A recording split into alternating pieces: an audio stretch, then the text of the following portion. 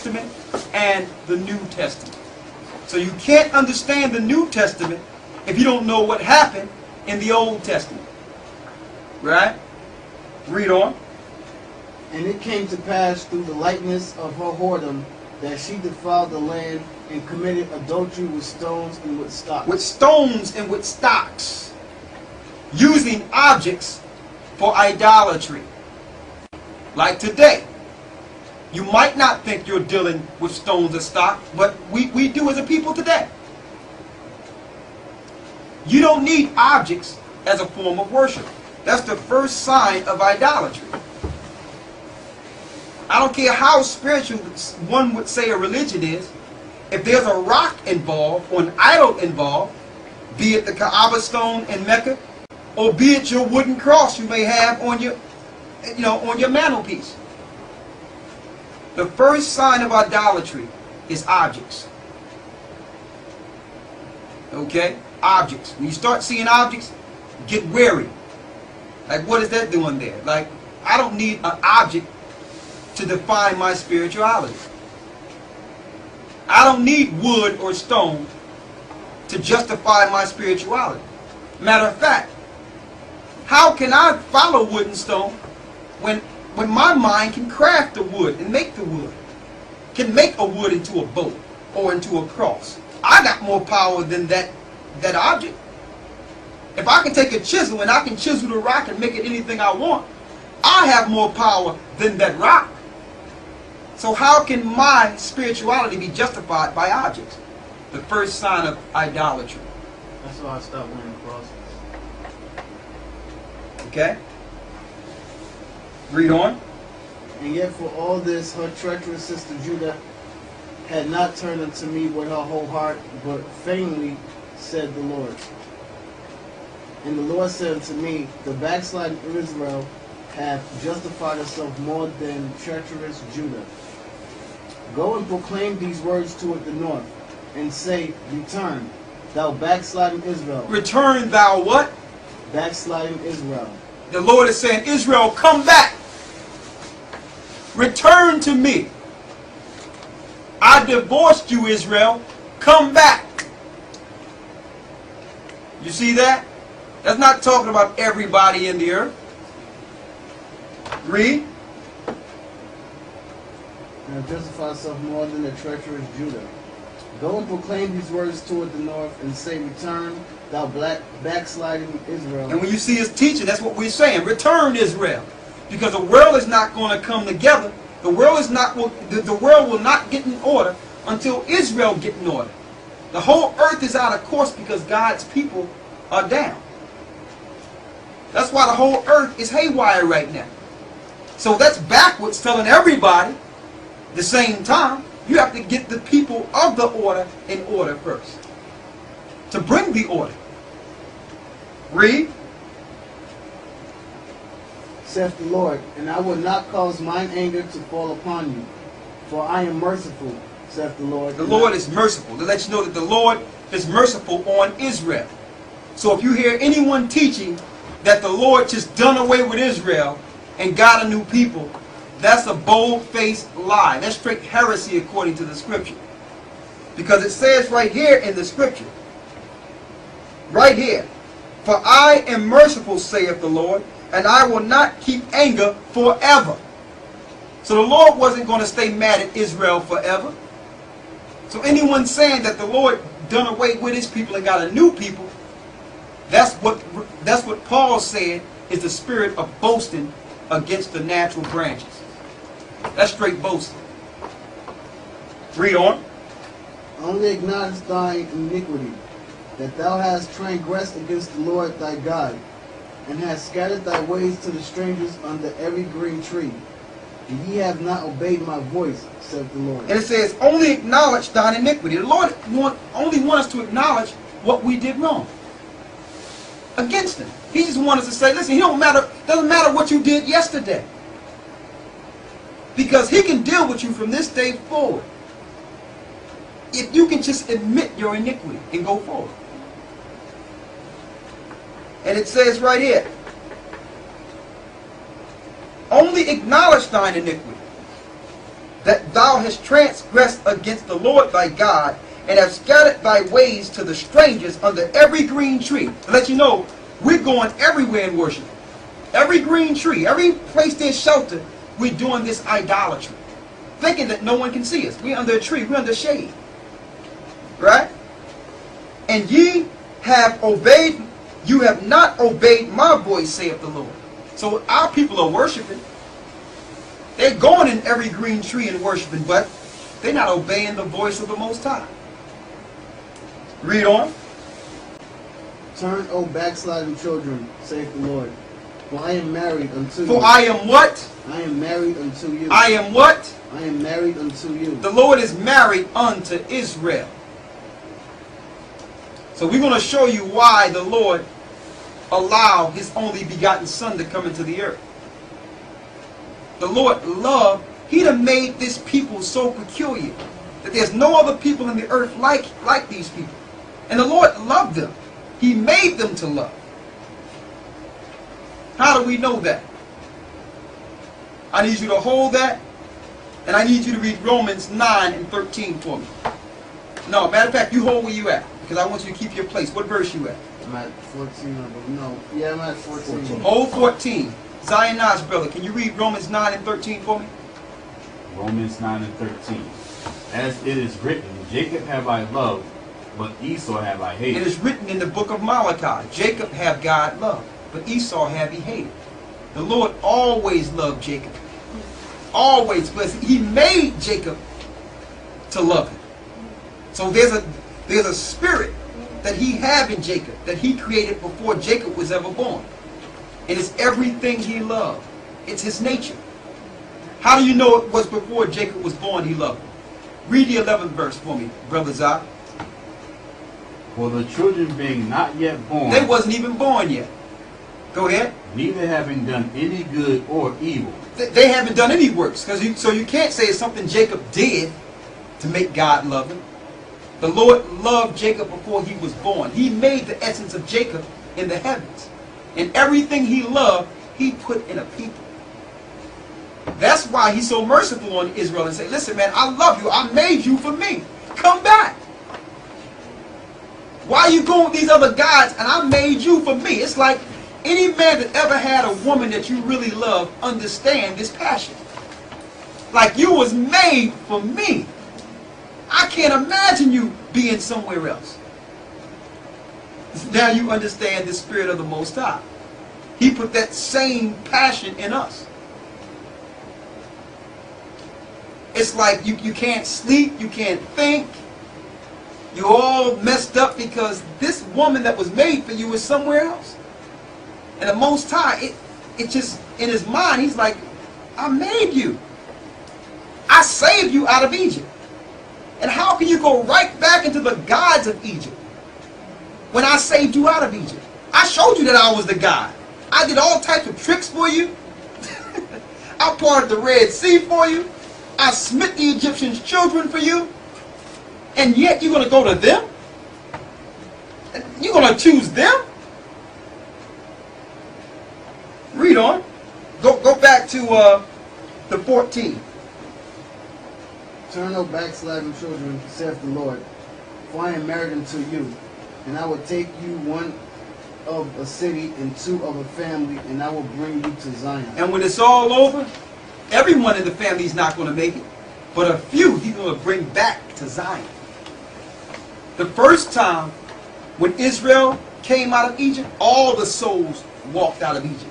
This time, he's going to take a few from a family. Everyone is not going to get in this time. That's the marriage. Because now, instead of him just accepting all Israel, he's going to love those that love him. Those that cleave to him and say, Lord, marry them, are those are the Israelites he's grabbing. That belongs to him. Now we have to find our way back to him. He's going to help us. But he's going to find we're going to find our way back to him and ask him, Lord, can you marry me again? Can you hold me again like you did when we came out of Egypt? Read on. And I will give you pastors according to mine heart, which shall feed you with knowledge and understanding. And the Lord says he would set up pastors according to his heart. That lets you know that there's pastors according to someone else's heart around here. That lets you know, because these are pastors. But all pastors not according to the Most High's heart. What is his heart? The Bible. The Bible. That would teach you knowledge and understanding according to his will. That would do what? Bring Israel back. Now what we do when we teach, we're actually setting up an engagement. We are espousing Israel to the Most High. Go back to where you were. And I will give you pastors according to mine heart, which shall feed you with knowledge and understanding. And it shall come to pass, when ye be multiplied and increased in the land, in those days, saith the Lord, they shall say no more, the ark of the covenant of the Lord, neither shall it come to mind, neither shall they remember it, neither shall they visit it, neither shall that be done anymore. No more will we talk about the Ark of the Covenant, which is the covenant that was under Moses. The power that came with the Ark of the Covenant. No more. Because Christ in the Most High, Christ's presence will be amongst us. When we marry to him again, he will be amongst us. We will not need the Ark of the Covenant. So no more will we look at the power of the ark that was under Moses and the Levites. Read on. The ark of Just hold your place. Read the 17th verse. At the time they shall call Jerusalem the throne of the Lord, and all the nations shall be gathered unto it, to the name of the Lord, to Jerusalem. Neither shall they walk any more after the imagination of their evil heart. No more will we walk according to the imagination of our evil heart. And when it says all nations, because Israel will be gathered out of all nations. Israel was scattered. And once a year, all the nations will come up to Jerusalem to bring their forces and give homage to God's people. Again. Once a year, all the nations will come up to give full respect to God's people. Read. In those days, the house of Judah shall walk with the house of Israel. That means Israel and Judah will no longer be split. They're going to be together. Them breaches are going to be closed, like as in the days of old, like Amos the 9th chapter says. The breaches will be completely shut. No longer will that kingdom be split, Judah and Israel. Read. And they shall come together out of the land of the north to the land that I have given. Where are we coming from? From the land of the north. We're coming from North America. Read. To the land that I have given for an inheritance unto your fathers. That sounds like a marriage to me. I put you away, but I can bring you back.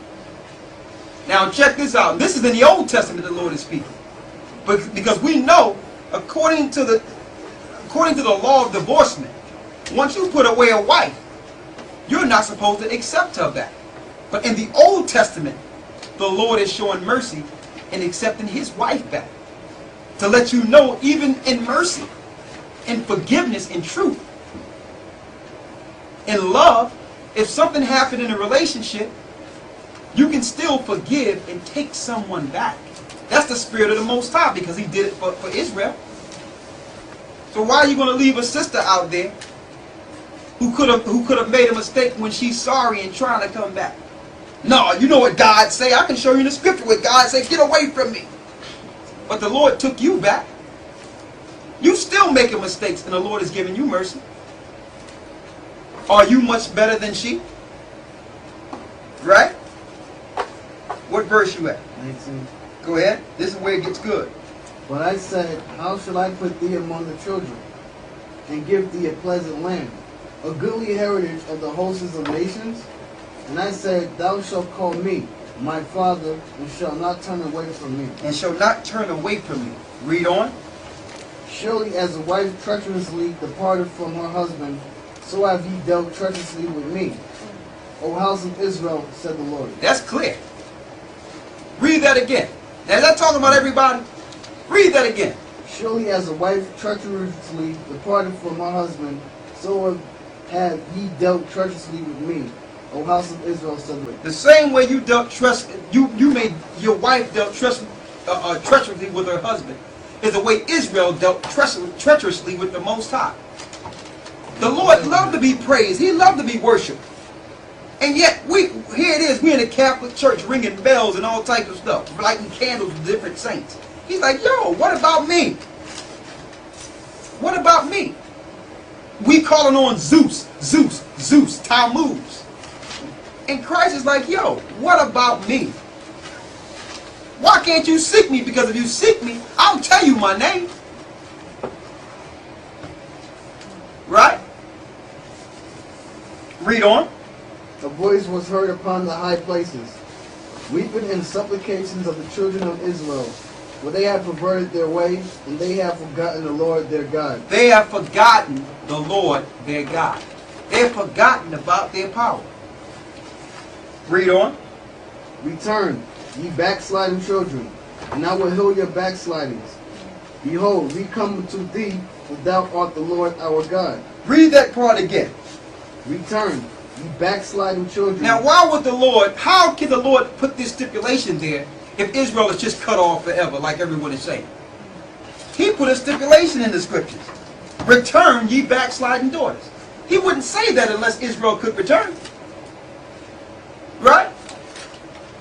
He wouldn't say it unless there's an opportunity for Israel to return. Read. Behold, we come unto thee, for thou art the Lord our God. Truly in vain is salvation hoped for from the hills, and from the multitude of mountains. Truly in the Lord our God is the salvation of Israel. Read that again. The brother asked me, let's go into some salvation. He called me and said, man, why don't we go into some salvation? You know what? Here goes some salvation for you right there. Read that part again. Truly in vain is salvation hoped for from the hills. Ain't it hoped for from the hills? Everybody wants to be saved, right? Read. And from the multitude of mountains. Truly in the Lord our God is the salvation of Israel. Truly in the Lord our God is the salvation of Israel. Talking about his people, the same people he scattered. Right? Read on. For shame hath devoured the labor of our fathers from our youth, their flocks and their herds, their sons and their daughters. So from youth, we're taught to be ashamed. From our youth, we're taught to stray off against the Most High. Read on. We lie down in our shame, and our confusions covereth us. And we are totally confused as a people. Read on. For we have sinned against the Lord our God. That's why we're in the condition we're in. Because we have sinned against the Lord our God. The same God that parted the Red Sea for the children of Israel.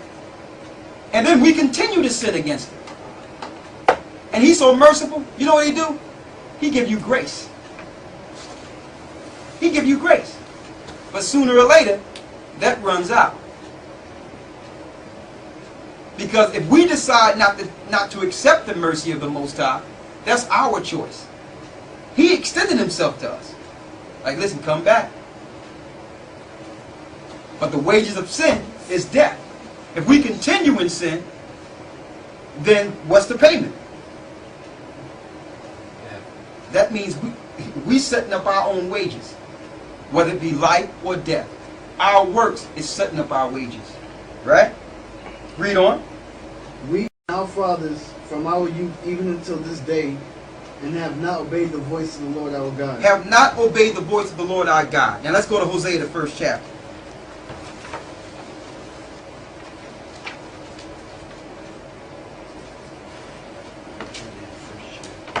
Hosea 1.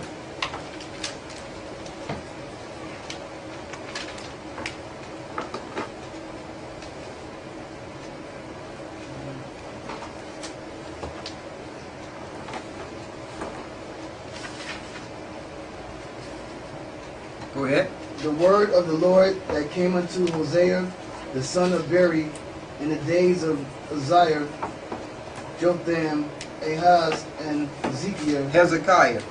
Hezekiah, kings of Judah, and in the days of Jeroboam, the son of Joash, king of Israel. So this was the days of Jeroboam when he was going off, like when you read in 2 Kings, the 17th chapter.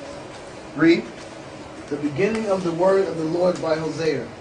And the Lord said to Hosea, Go, take unto thee a wife of whoredoms and children of whoredoms.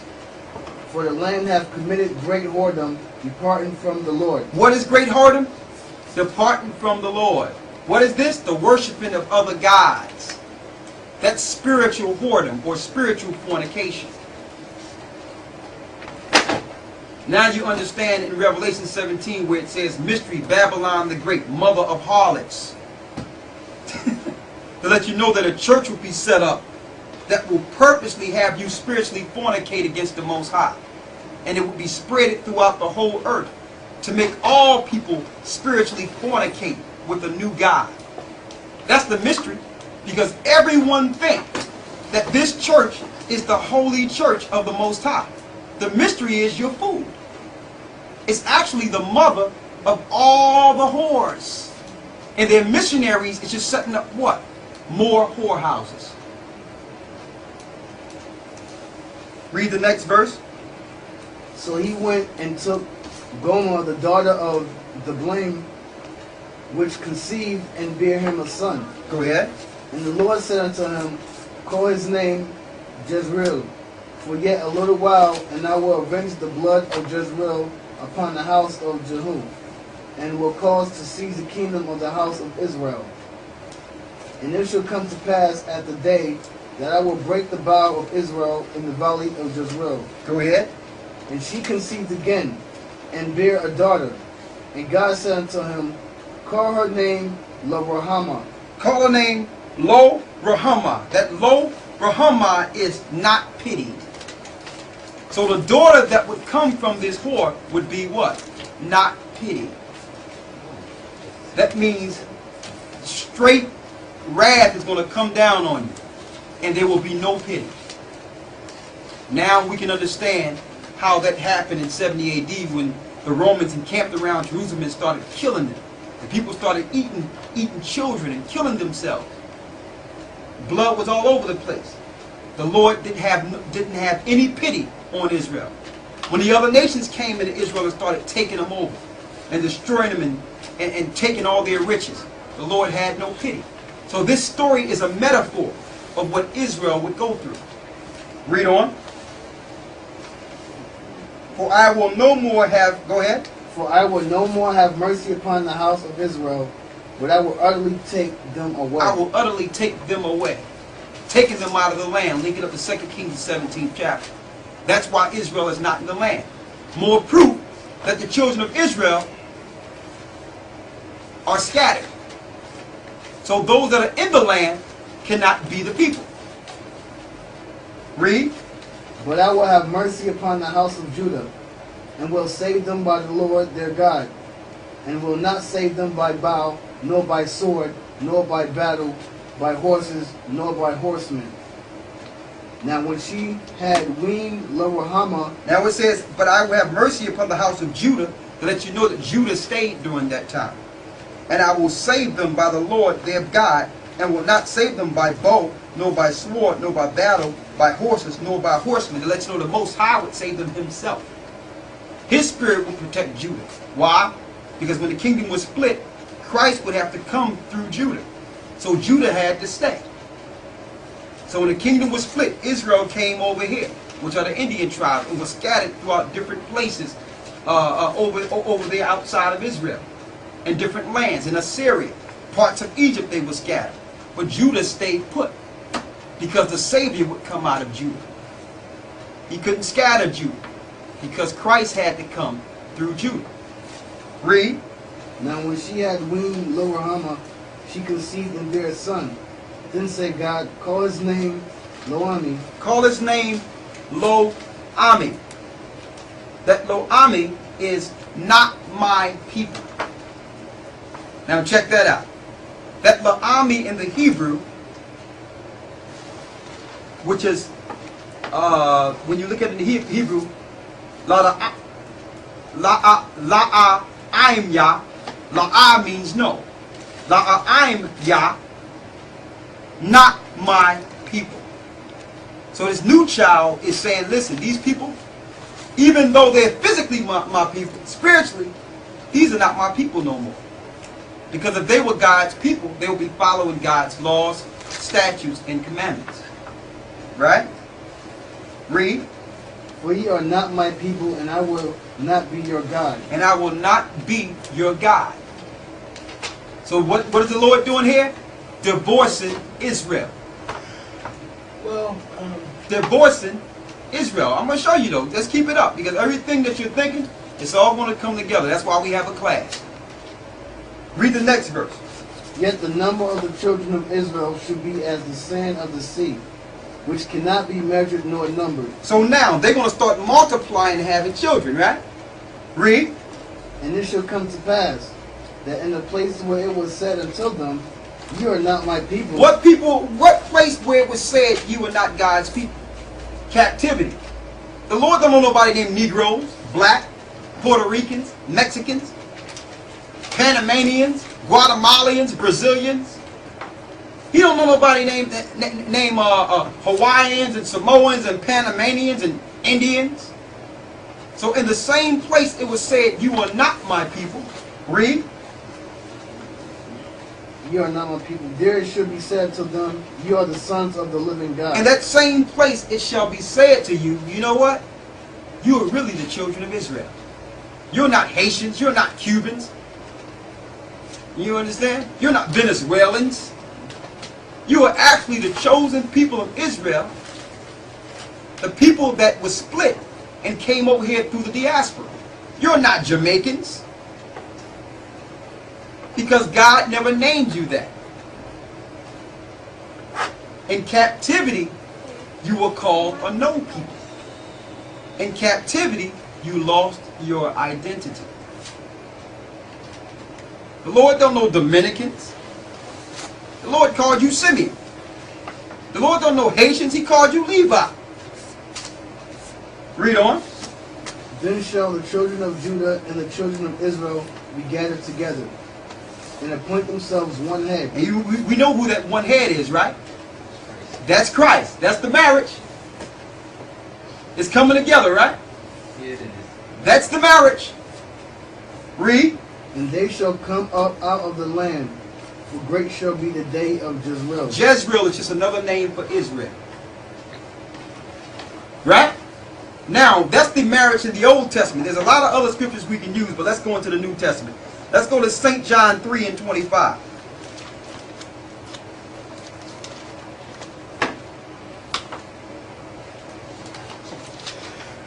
St. John 3 and 25.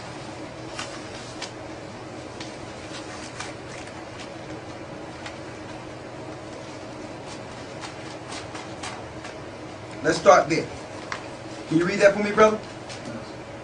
Then there arose a question between some of John's disciples and the Jews about purifying. And they came unto John and said unto him, Rabbi, he that was with thee beyond Jordan, to whom thou bearest witness, behold, the same baptizeth, and all men come to him. John answered and said, Now let's examine this. This talking about the baptism. And they came unto John and said unto him, Rabbi, he that was with thee beyond Jordan, talking about Christ, to whom thou bearest witness, behold, the same baptizeth, and all men come to him. To let you know, not only was Christ baptized, he baptized people himself. Which means he had a baptism that was unto him, even though John was living. So that kills that theory that the Lord just got baptized to give credence to John's baptism. He was baptizing while John was still alive. Now, even though he didn't take people in the water himself, the disciples would wait in the water, but he would pray with them and send them in the water to be baptized in his name. Read on. 27. John answered and said, a man can receive nothing except it be given him from heaven. Ye yourselves bear me witness, that I said, I am not the Christ, but that I am sent before him. He that hath the bride is the bridegroom. But the friend of the bridegroom, which standeth and heareth him, rejoiceth greatly because of the bridegroom's voice. This my joy therefore is fulfilled. So who's the bridegroom?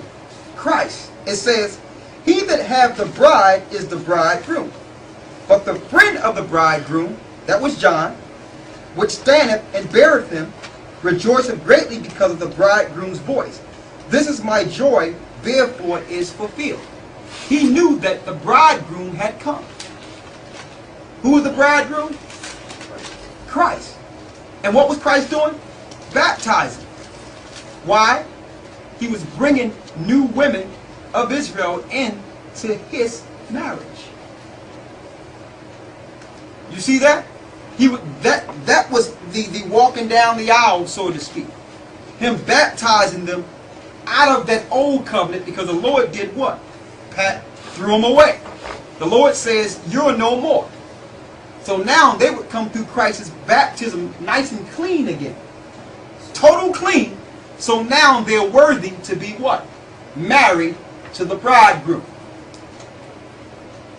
Married to the bridegroom. Now there's more. Read on. He must increase, but I must decrease. He says, Christ must increase. John had to decrease.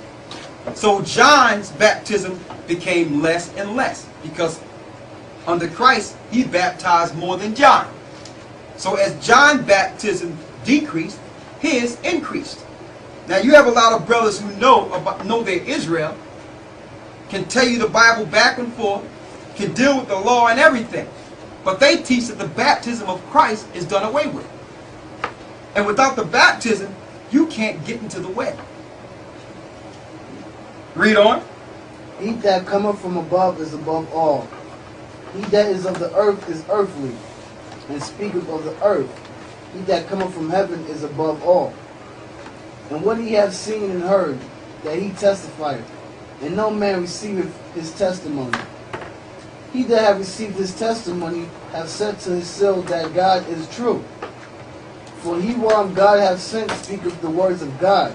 For God giveth not the Spirit by measure unto him. The Lord didn't give the Spirit by measure to Christ.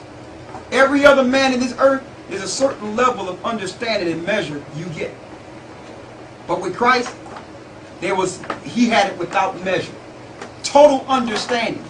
No man can stake claim to that. Because every man, there's a measure according to what the Lord wants them to know. He gave it to Christ without measure. Read. The Father loveth the Son, and hath given all things into his hand. He that believeth on the Son hath everlasting life, and he that believeth not the Son shall not see life, but the wrath of God abideth on him. So if we don't believe that the Son in Christ and walk after Christ and deal with his baptism, it tell you the wrath of God abideth on him. Okay? I'm glad you read this, because this was something that was talked about with me. Okay, just relax. We told you.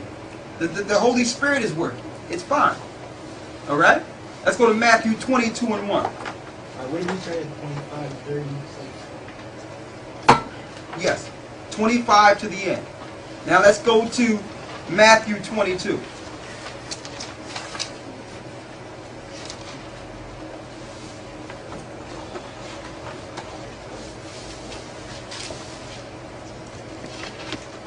We're going to start at the first verse. And we're going to take that down to the 14th verse. Can you read that for me, brother? After you write it down? Go ahead. And Jesus answered and spake unto them again by parables. We're at Matthew 22 in the first verse. When you read, just look around and make sure everybody has it, right? Yeah. Because I see you getting them quick, and that's a good thing. That's a good thing. All right? Matthew 22 and 1. Read that. And Jesus answered and spoke unto them by parables, and said, The kingdom of heaven is like unto a certain king, which made a marriage for his son, and sent forth his servants to call them that were bidden to the wedding, and they would not come. Again, he sent forth other servants, saying, Tell them which are bidden, Behold, I have prepared my dinner. My oxen and my fatlings are killed, and all things are ready. Come into the marriage. Come on, y'all. Come into the marriage. The feast is being prepared. The food is smelling good. The wine is all out. The waters are there.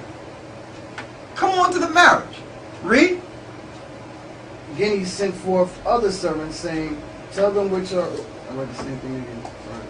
But they made light of it, and went their ways, one to his farm, and another to his merchandise. Like, there you go. That's an example. We be out there teaching, saying, listen, man, come to the marriage. It's like we're giving out engagements. Yo, the Lord already got the food cooked. And people do us. Read that part again. What they do? But they made light of it and went their ways. Like, man, listen, I know he's going to come, but there's things I can deal with right now. He ain't coming today. And to his farm. Let me go work. I got to make some money. Another to his merchandise. Let me go chase this cash. Because, you know, I know what you're saying is true. And, you know, I'll be in that wedding when it's time. Because I know the truth. So when it kick in, I'll be there. Not knowing that you were supposed to be building works the whole time. When the Lord bid you to the wedding, that's when you were supposed to come.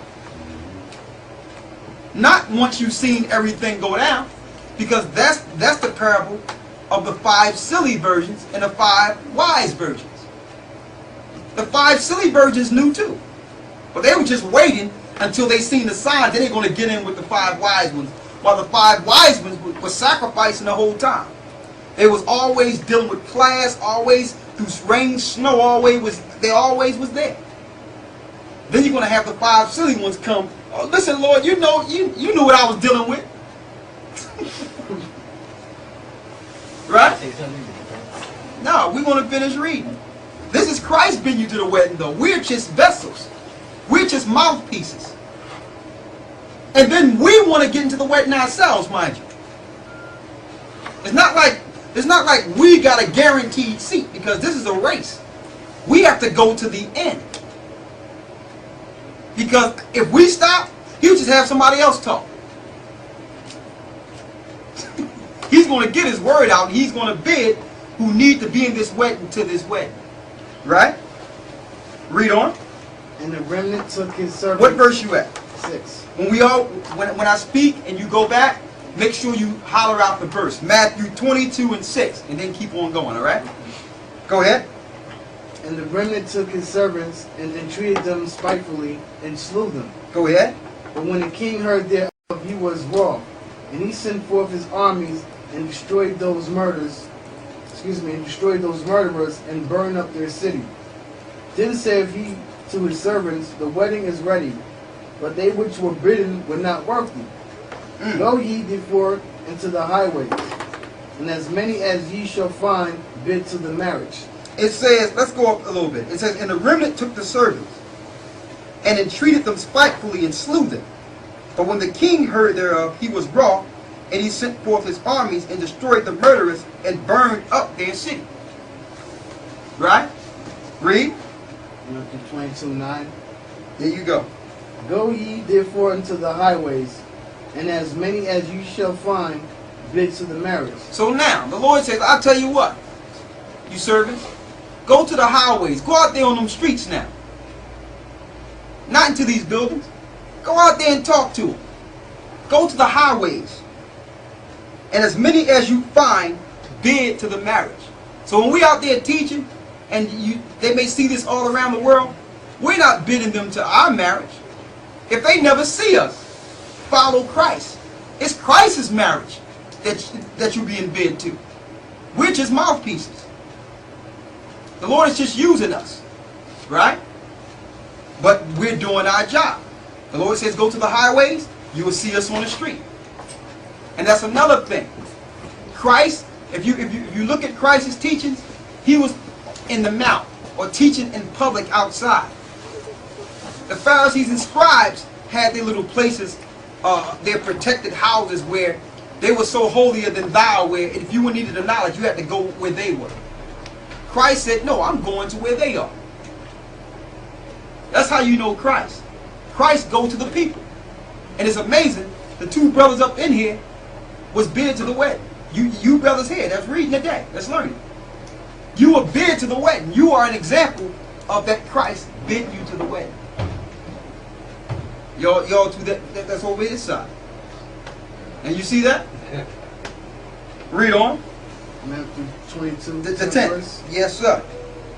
So those servants went out into the highways and gathered together all as many as they found, both bad and good, and the wedding was furnished with guests. And the wedding was furnished with guests.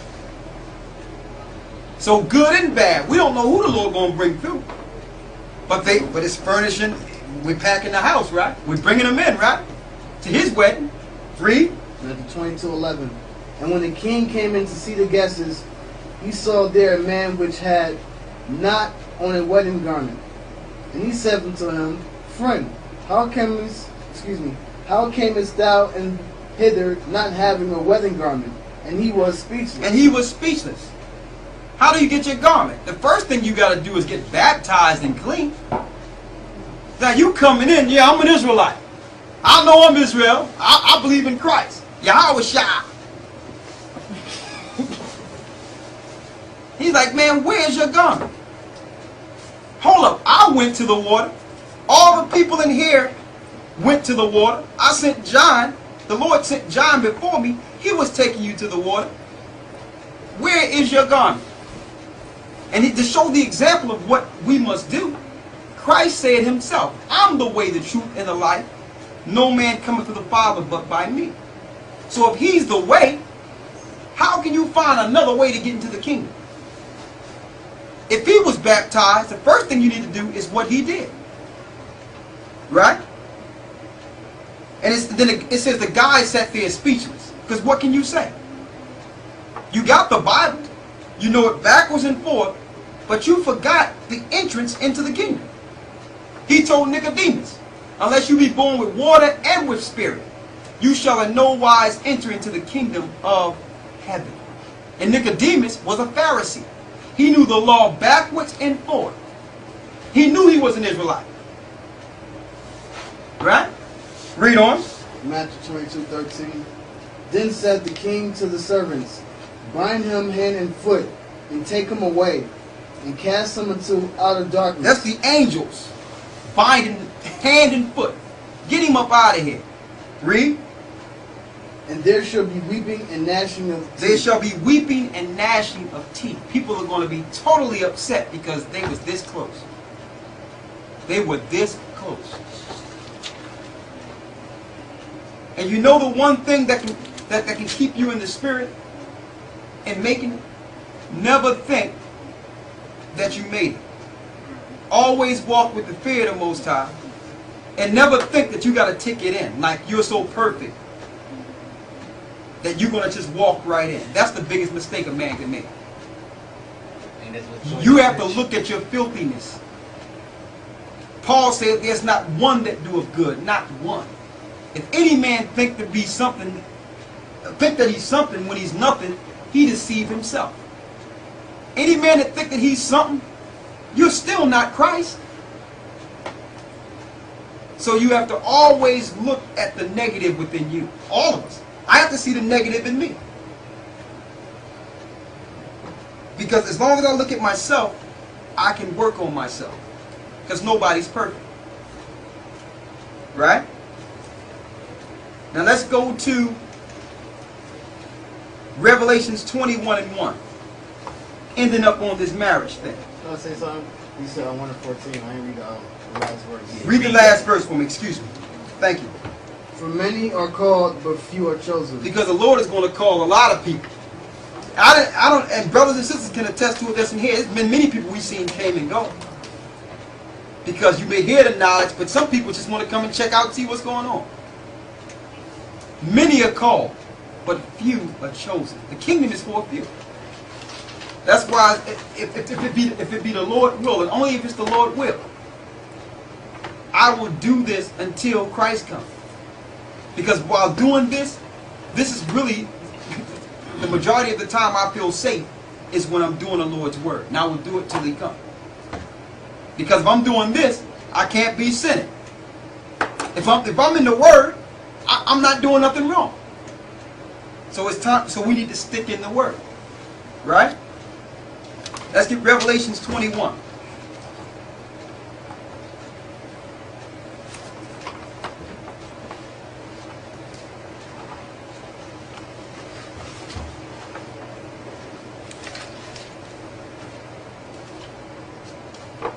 Revelations 21.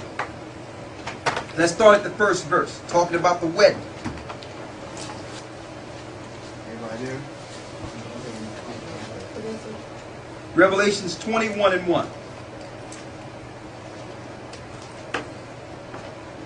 Let's start at the first verse.